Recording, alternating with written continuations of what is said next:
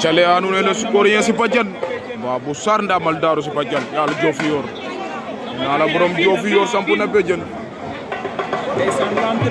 Diofior le scorien si pajan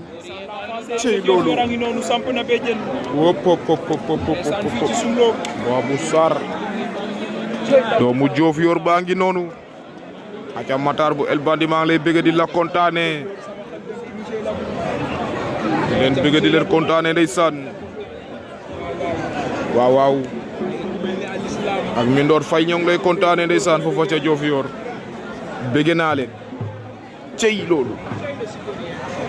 de Babou waaw waaw gi njom fo pelelum lambak lamu lambo ne naa la mbër day mat naa la njool ca kaw goye naga yipa nasike ak ngeƴa wala te juk kaga rek cey loolu ay sadete na njool géant cey gi njom